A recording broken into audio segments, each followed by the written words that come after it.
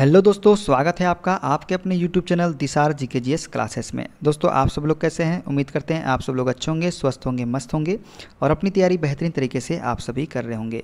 दोस्तों, हम आपको करवा रहे हैं यूथ की जो ये बुक है 101 राउंड एक्सप्रेस लाइन, इसके प्रैक्टिस सेट हम आपको करवा रहे हैं, जिसमें दोस्तों आज हम आपको करवाने वाले हैं प्रैक्टिस सेट नंबर 9 और 10। दोस्तों, हम आपको डायरेक्ट क्वेश्चन करवाने वाले हैं जिससे आप अपनी तैयारी को जांच सकते हैं। कितने आपने क्वेश्चन सही किए कमेंट बॉक्स में ज़रूर बताइएगा। आज हम 2 सेट करवा रहे हैं जिसमें 50 क्वेश्चन हम देखने वाले हैं। इससे आपको पता चल जाएगा कि आपको कौन से पार्ट में ज़्यादा तैयारी करने की और आवश्यकता है। तो आप कमेंट बॉक्स में ज़रूर बताइएगा कि आपने 50 में से कितने क्वेश्चन सही कर पाए दोनों सेट में। दोस्तों, वीडियो अच्छा लगे वीडियो को लाइक कीजिएगा, शेयर कीजिएगा, कमेंट कीजिएगा। चैनल पे नए हैं चैनल को सब्सक्राइब कर लीजिएगा। और दोस्तों, हमसे जुड़ने के लिए आप हमारा टेलीग्राम चैनल ज्वाइन कर लीजिए और क्लास की अपडेट के लिए टेलीग्राम चैनल को ज्वाइन कर लीजिए। टेलीग्राम चैनल का लिंक मैंने दोस्तों डिस्क्रिप्शन बॉक्स में आपको दे दिया है। चलिए दोस्तों, देर ना करते हुए स्टार्ट करते हैं आज का अपना सेशन और देखते हैं प्रैक्टिस सेट नंबर 9 का पहला क्वेश्चन। ऊपर उठाए गए हथौड़े के पास क्या होता है? दोस्तों ऊपर उठाए गए हथौड़े के पास क्या होता है, आंसर आपको बताना है। तो इसका राइट आंसर क्या हो जाएगा दोस्तों? ये हो जाएगा स्थितिज ऊर्जा। क्या होती है? स्थितिज ऊर्जा। निम्नलिखित में से कौन सी विद्युत चुंबकीय तरंगे होती है? दोस्तों, विद्युत चुंबकीय तरंगे जो होती है वो कौन सी होती है? तो वो होती है एक्स किरणें। एक्स किरणें जो है विद्युत चुंबकीय तरंगे है। देखते हैं अगला क्वेश्चन। यदि आपतित किरण डैश है तो परावर्तित किरण मुख्य फोकस से होकर गुजरेगी। दोस्तों, यदि आपतित किरण क्या होगी? अवतल दर्पण के मुख्य अक्ष के समांतर है तो परावर्तित किरण क्या होगी? मुख्य फोकस से होकर गुजरेगी। ठीक है, देखते हैं अगला क्वेश्चन। एक लेंस की फोकस दूरी और उसकी क्षमता के बीच सही संबंध क्या होता है? दोस्तों, एक लेंस की फोकस दूरी और क्षमता के बीच सही संबंध होता है। क्या होता है? P बराबर 1/f। Option A is the correct answer. देखते हैं अगला क्वेश्चन। डैश परिपथ में विद्युत प्रवाहित होने का केवल एक मार्ग होता है। तो दोस्तों, किस परिपथ में विद्युत प्रवाहित होने का केवल एक मार्ग होता है? तो इसका राइट आंसर बताइए क्या हो जाएगा? ये हो जाएगा ऑप्शन नंबर सी, श्रेणी परिपथ में। श्रेणी परिपथ में विद्युत प्रवाहित होने का केवल क्या होता है? एक ही मार्ग होता है। देखते हैं अगला क्वेश्चन।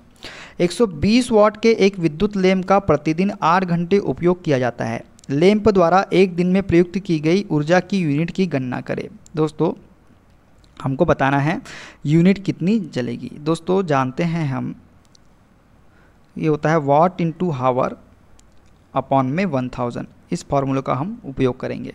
ठीक है, ऊर्जा की kWh बराबर हमको निकालना है। तो दोस्तों, वाट कितना है? 120 वाट है। ठीक है, प्रतिदिन 8 घंटे जलता है दोस्तों। और एक दिन की बात करें मतलब 24 घंटे की बात किया है। एक दिन की मतलब 8 घंटे ही जलता है दोस्तों। तो अपॉन में क्या हो जाएगा? 1000 हो जाएगा। क्या हो जाएगा? 1000। ये 2 नहीं आएगा सर दोस्तों। इससे काटेंगे दोस्तों तो 1 0 से 1 0 कट जाएगा। 4 से काटेंगे दोस्तों, 4 दूनी 8, 4 25 100। ठीक है, ये हो गया। ये हो जाएगा दोस्तों कितना? 12 दूनी 24, 24/25। 24/25 करेंगे दोस्तों तो 25 से जब इसको भाग लगाएंगे 24 को तो कितना आंसर आएगा दोस्तों बताइए? ये आ जाएगा 0.96। कितना आ जाएगा? 0.96 यूनिट आ जाएगा। ठीक है, देखते हैं अगला क्वेश्चन। एक क्षण चुंबक को एक नियत चुंबकीय क्षेत्र के स्रोत के रूप में प्रयोग करने पर चुंबकीय क्षेत्र की दिशा निम्नलिखित में से किस प्रकार की होगी?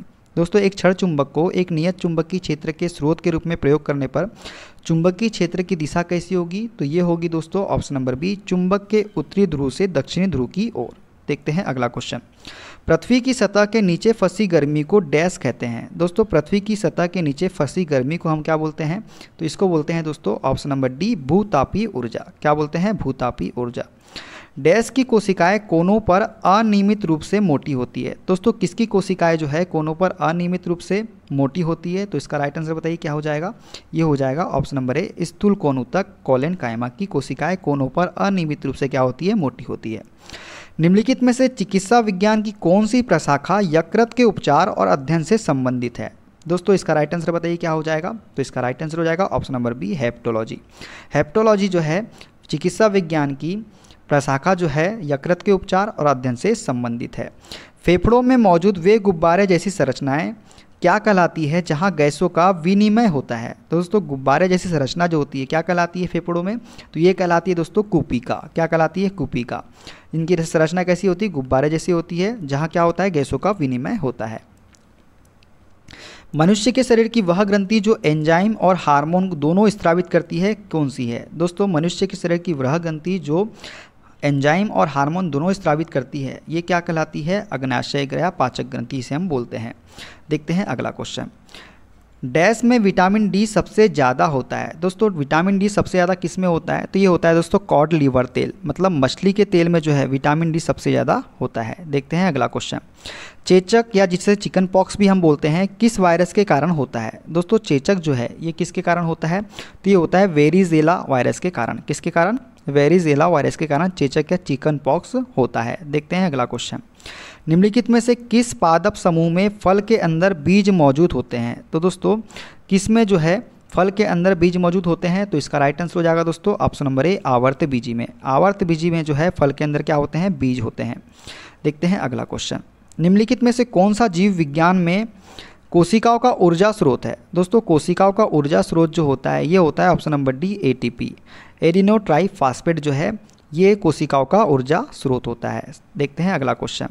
सबसे पहले डीएनए को अलग किसने किया था? दोस्तों डीएनए को सबसे पहले अलग जो किया था ये किया था फ्रेडरिक मीशर ने। किसने किया था? फ्रेडरिक मीशर ने जो है डीएनए को सबसे पहले अलग किया था। कैवलियर स्मिथ ने जीवों को खालिस्तान जगत में वर्गीकृत किया था या डैश जगत में वर्गीकृत किया था? दोस्तों कैवलियर स्मिथ ने जीवों को जो है ये वर्गीकृत किया था 6 जगत में। कितने जगत में? 6 जगत में। कैल्शियम का परमाणु द्रव्यमान डैश है दोस्तों कैल्शियम का परमाणु द्रव्यमान जो होता है ये कितना होता है? ये होता है 40। कितना होता है? 40 होता है। निम्न में से कौन सी विधि जल को पंकिल जल से अलग करेगी? दोस्तों जल को पंकिल जल से जो विधि अलग करती है उसे हम क्या बोलते हैं? तो उसे हम बोलते हैं दोस्तों ऑप्शन नंबर डी, निस्पंदन। निस्यंदन या निस्पंदन हम बोलते हैं। देखते हैं अगला क्वेश्चन। रदरफोर्ड परमाणु मॉडल में अल्फा कण डैश पर प्रक्षेपित किए जाते हैं। दोस्तों रदरफोर्ड परमाणु मॉडल में अल्फा कण जो है किस पर प्रक्षेपित किए गए थे? स्वर्ण पर प्रक्षेपित किए गए थे। ठीक है, देखते हैं अगला क्वेश्चन। प्रोटियम में कितने न्यूट्रॉन मौजूद होते हैं? दोस्तों प्रोटियम में जो है कितने न्यूट्रॉन मौजूद होते हैं? तो इसका राइट आंसर बताना है क्या हो जाएगा? Option number D, 0। दी गई अभिक्रिया में निम्न में से किसका अपचयन होगा? इसमें हमको बताना है किसका अपचयन होगा। ZNO प्लस सी, Zn+CO। तो इसमें हमको बताना है किसका अपचयन होगा। तो अपचयन जो होगा दोस्तों ये होगा ऑप्शन नंबर डी, जिंक का। इसमें किसका अपचयन होगा? जिंक का अपचयन होगा। देखते हैं अगला क्वेश्चन। ऐसी कौन सी धातु ऑक्साइड है जो अम्लों के साथ साथ क्षारों के साथ भी प्रतिक्रिया करते हैं? दोस्तों जो ऐसी धातु ऑक्साइड जो अम्लों के साथ साथ क्षारों के साथ भी प्रतिक्रिया करती है उसे हम बोलते हैं option number C, amphoteric oxide. क्या बोलते हैं? एम्फोटेरिक ऑक्साइड इसे हम बोलते हैं। देखते हैं अगला क्वेश्चन। डैश सबसे सरल एल्कोहल है। सबसे सरल एल्कोहल कौन सा हो जाएगा दोस्तों? आपको बताना है। तो इसका राइट आंसर हो जाएगा option number D, methanol. Methanol जो है सबसे सरल एल्कोहल है। देखते हैं दोस्तों अगला सेट। 5 मीटर प्रति सेकेंड की गति से गतिशील 22 किलोग्राम वजन वाले वस्तु की गतिज ऊर्जा कितनी होगी? दोस्तों हम जानते हैं गतिज ऊर्जा बराबर होता है 1/2 mv²। क्या होता है? 1/2 mv²। दोस्तों यहाँ पे हमको m का मान कितना दिया गया है? ये दिया गया है 22 किलोग्राम। ठीक है, कितना दिया गया है? 1/2 करेंगे कितना दिया गया है? 22 दिया गया है। v कितना दिया है दोस्तों हमको? 5 का स्क्वायर कितना हो जाएगा? 25 हो जाएगा। 2 से काटेंगे दोस्तों 11 बार में, 25 का 11 में मल्टीप्लाई करेंगे दोस्तों तो कितना आंसर आ जाएगा इसका बताइए? तो इसका राइट आंसर हो जाएगा दोस्तों ऑप्शन नंबर ए, 275 जूल। देखते हैं अगला क्वेश्चन। किसी अनुदैर्ध्य तरंग में लगातार 2 संपीड़न और 2 लगातार विरलीकरण प्रक्रियाओं के बीच की दूरी को क्या कहा जाता है? दोस्तों किसी अनुदैर्ध्य तरंग में लगातार 2 संपीड़न और 2 लगातार विरलीकरण प्रक्रियाओं के बीच की दूरी को हम क्या बोलते हैं? तो हम बोलते हैं दोस्तों ऑप्शन नंबर बी, तरंग दैर्ध्य। इसे क्या बोलते हैं? तरंग दैर्ध्य बोलते हैं। देखते हैं अगला क्वेश्चन। वाहन के पार्श्व दर्पण द्वारा निर्मित प्रतिबिंब की प्रकृति किस प्रकार की होगी? दोस्तों वाहनों के पार्श्व दर्पण द्वारा निर्मित प्रतिबिंब की प्रकृति कैसी होती है? तो बताइए इसका राइट आंसर क्या हो जाएगा? ये हो जाएगा ऑप्शन नंबर डी, आभासी और सीधी। क्या होगी? आभासी और सीधी होगी। देखते हैं अगला क्वेश्चन। एक लेंस के खालिस्तान से होकर गुजरने वाली प्रकाश की किरण बिना किसी विचलन के निकल जाएगी। तो किससे होकर गुजरने पर प्रकाश की किरण बिना किसी विचलन के निकल जाएगी दोस्तों? तो इसका राइट आंसर हो जाएगा ऑप्शन नंबर डी, प्रकाशिक केंद्र से होकर गुजरने वाली। ठीक है, प्रकाश की किरण बिना किसी विचलन की क्या हो जाएगी? निकल जाएगी। देखते हैं अगला क्वेश्चन। प्रत्येक 4 ओम के 2 प्रतिरोध 5 वोल्ट बैटरी स्रोत के साथ समांतर क्रम में संयोजित है। परिपथ में प्रभावित कुल धारा का मान ज्ञात कीजिए। दोस्तों 4 ओम के 2 प्रतिरोध है दोस्तों, और समांतर की बात किया गया है तो क्या हो जाएगा, समांतर में क्या होता है R1 इंटू R2 अपॉन में R1 प्लस R2। हमको R का मान निकालना है तो ऐसा करेंगे R1 इंटू R2 मतलब 4 इंटू 4 अपॉन में 4 प्लस 4 कितना हो जाएगा 8 हो जाएगा। 4 से काटेंगे 2 बार में, 4 दूनी 8, 2 से काटेंगे 2 बार में, तो हमारा R कितना निकल के आ गया दोस्तों, हमारे पास में R हमारे पास निकल के आ गया 2 ओम। कितना निकल के आ गया 2 ओम। दोस्तों परिपथ में प्रभावित कुल धारा का मान हमको बताना है। दोस्तों हम जानते हैं V बराबर क्या होता है, I R होता है, तो I बराबर क्या हो जाएगा दोस्तों, R अपॉन में V क्या हो जाएगा, V अपॉन में R। I बराबर क्या हो जाएगा, V अपॉन में R क्या हो जाएगा, I बराबर हो जाएगा दोस्तों V अपॉन में R। V का मान कितना है दोस्तों हमारे पास में, ये दिया गया है 5 वोल्ट। R हमने कितना निकाला था, 2 निकाला था। इसको जब काटेंगे दोस्तों तो कितना आ जाएगा 2.5 एम्पियर। कितना आ जाएगा 2.5 एम्पियर। देखते हैं अगला क्वेश्चन। बल्ब का फिलामेंट डैश गलनांक वाली डैश धातु से बना होता है। दोस्तों बल्ब का फिलामेंट जो है ये कि उसका गलनांक क्या होता है, तो बताइए इसका राइट आंसर क्या हो जाएगा, ये हो जाएगा उच्च गलनांक वाली प्रबल धातु से बना होता है बल्ब का फिलामेंट। देखते हैं अगला क्वेश्चन। किसी चुंबक का वह भाग जहां से चुंबकीय क्षेत्र रेखाएं निकलती है डैश कहलाता है। तो दोस्तों उसे हम क्या बोलते हैं, तो इसका राइट आंसर हो जाएगा, बताइए क्या हो जाएगा, ऑप्शन नंबर डी उत्तरी ध्रुव। देखते हैं अगला क्वेश्चन। डैश हवा में नमी के अवशोषण की प्रक्रिया है। दोस्तों नमी के अवशोषण की प्रक्रिया जो है क्या बोलते हैं उसे हम, तो उसे हम बोलते हैं दोस्तों ऑप्शन नंबर ए डेलक्वेशंस। क्या बोलते हैं, डेलक्वेशंस जो है हवा में नमी के अवशोषण की एक प्रक्रिया है। देखते हैं अगला क्वेश्चन। डैश में पतली कोशिका भित्ति के साथ अपेक्षाकृत अवशिष्ट कोशिकाएं होती है। दोस्तों किसमें पतली कोशिका भित्ति के साथ अपेक्षाकृत अवशिष्ट कोशिकाएं होती है, राइट आंसर बताइए क्या हो जाएगा, तो इसका राइट आंसर हो जाएगा दोस्तों ऑप्शन नंबर बी पेरेनकाइमा में। पेरेनकाइमा में पतली कोशिका भित्ति के साथ अपेक्षाकृत अवशिष्ट कोशिकाएं होती है। निम्नलिखित में से कौन अकशेरुकी प्राणियों में शामिल नहीं है, तो दोस्तों अकशेरुकी प्राणियों में शामिल नहीं है, इसका राइट आंसर बताइए क्या हो जाएगा, ऑप्शन नंबर डी सरीसृप। सरीसृप जो है दोस्तों अकशेरुकी प्राणियों में शामिल नहीं है। एरेनकीट, कीट और मोलस्क प्राणी जो है ये अकशेरुकी प्राणियों में शामिल है। देखते हैं अगला क्वेश्चन। कौन सी जीवन प्रक्रिया रासायनिक ऊर्जा को उष्ण ऊर्जा में बदलती है। तो दोस्तों कौन सी जीवन प्रक्रिया है जो रासायनिक ऊर्जा को उष्ण ऊर्जा में बदलती है, तो इसका राइट आंसर बताइए क्या हो जाएगा, ये हो जाएगा दोस्तों ऑप्शन नंबर सी श्वसन। श्वसन जो है रासायनिक ऊर्जा को उष्ण ऊर्जा में बदलती है। देखते हैं अगला क्वेश्चन। पुरुस्तः ग्रंथि से होने वाला स्त्राव खालिस्तान में प्रवेश करता है। दोस्तों पुरुस्तः ग्रंथि से होने वाला स्त्राव जो है ये किस में प्रवेश करता है, तो ये हो जाएगा ऑप्शन नंबर बी मूत्र मार्ग में। निम्नलिखित में से कौन सा एक कैल्शियम का समृद्ध स्रोत नहीं है। दोस्तों कैल्शियम का समृद्ध स्रोत कौन सा नहीं है बताइए, तो ये हो जाएगा गाजर। गाजर जो है कैल्शियम का समृद्ध स्रोत नहीं है। पौधों को 5 समूह में बांटा जाता है, इनमें से कौन सा एक नहीं है। दोस्तों पौधों को 5 समूह में बांटा गया है, इनमें से कौन सा एक नहीं है आपको बताना है, तो बताइए इसका राइट आंसर क्या हो जाएगा, तो इसका राइट आंसर हो जाएगा दोस्तों ऑप्शन नंबर सी प्रोटोकार्डेटा। ठीक है, देखते हैं अगला क्वेश्चन। पादप वहन तंत्र प्लांट ट्रांसपोर्ट सिस्टम द्वारा पत्तियों और जड़ों से किन उत्पादों का परिवहन किया जाता है। दोस्तों पत्तियों और जड़ों से किसका परिवहन किया जाता है बताइए, तो इसका राइट आंसर हो जाएगा दोस्तों ऑप्शन नंबर सी ऊर्जा भंडार और अपरिष्कृत पदार्थ का परिवहन किया जाता है पत्तियों और जड़ों के द्वारा। पत्तियों से पौधों के अन्य उत्कों तक प्रकाश संश्लेषण के विलेय उत्पादों और अन्य पदार्थों के परिवहन की प्रक्रिया क्या कहलाती है। दोस्तों पत्तियों से पौधों के अन्य उत्कों तक प्रकाश संश्लेषण के विलेय उत्पादों और अन्य पदार्थों के परिवहन की प्रक्रिया क्या कहलाती है, तो ये कहलाती है दोस्तों ऑप्शन नंबर डी स्थानांतरण। क्या कहलाती है, स्थानांतरण कहलाती है। देखते हैं अगला क्वेश्चन। निम्नलिखित में से कौन ट्रांसजेनिक फसल का एक उदाहरण नहीं है। दोस्तों ट्रांसजेनिक फसल का एक उदाहरण जो नहीं है हमको बताना है, तो इसका राइट आंसर बताइए दोस्तों क्या हो जाएगा, ये हो जाएगा ऑप्शन नंबर बी पालक। पालक जो है ट्रांसजेनिक फसल का एक उदाहरण नहीं है।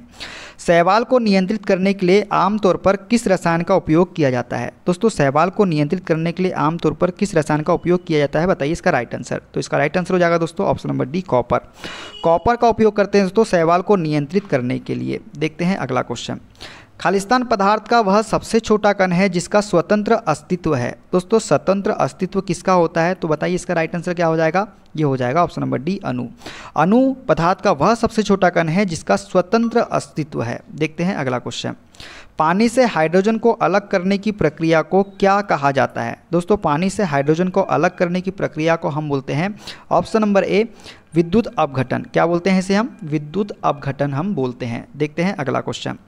परमाणु का नाभिक मॉडल पहली बार किसके द्वारा खोजा गया था। दोस्तों परमाणु का नाभिक मॉडल पहली बार जो है ये किसके द्वारा खोजा गया था, बताइए इसका राइट आंसर क्या हो जाएगा, तो ये हो जाएगा अर्नेस्ट रदरफोर्ड के द्वारा। देखते हैं अगला क्वेश्चन। तत्व जिनकी द्रव्यमान संख्या एक समान है परंतु भिन्न परमाणु संख्या है क्या कहलाते हैं, तो उसे हम क्या बोलते हैं दोस्तों, उसे हम बोलते हैं आइसोबार। क्या बोलते हैं उसे हम, आइसोबार बोलते हैं। H2A2 plus Cl2 toys HCl plus O2 अभिक्रिया में H2O2 किसके रूप में कार्य करता है। जो ये H2O2 है किसके रूप में कार्य करता है हमको बताना है। तो बताइए दोस्तों इसका राइट आंसर क्या हो जाएगा, तो इसका राइट आंसर हो जाएगा दोस्तों ऑप्शन नंबर सी एक अपचायक के रूप में। जो H2O2 है ये किसके रूप में कार्य करता है, एक अपचायक के रूप में कार्य करता है। देखते हैं अगला क्वेश्चन। तत्वों को उनके परमाणु द्रव्यमान के बढ़ते क्रम में रखकर बनाई गई न्यूलैंड के तत्वों की व्यवस्था में अंतिम तत्व खालिस्तान था। दोस्तों न्यूलैंड के तत्वों की व्यवस्था में अंतिम तत्व जो था, जो न्यूलैंड ने अष्टक नियम दिया था दोस्तों, कि कौन सा नियम दिया था, अष्टक नियम न्यूलैंड ने ये दिया था, आपको ये भी याद रखना है। तो इसमें जो अंतिम तत्व था वो कौन सा था, तो इसका राइट आंसर बताइए क्या हो जाएगा, option number C thorium. Thorium जो था ये एक अंतिम तत्व था।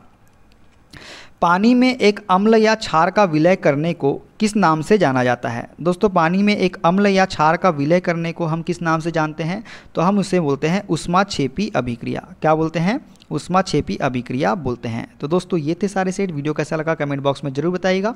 मिलते हैं वीडियो में, अगले वीडियो में। अपना ख्याल रखिए। Okay bye bye, take care. Video अच्छा लगे वीडियो को लाइक कीजिए, शेयर कीजिए, कमेंट कीजिए। चैनल पर नए हैं चैनल को सब्सक्राइब कर लीजिए पल पल की अपडेट के लिए।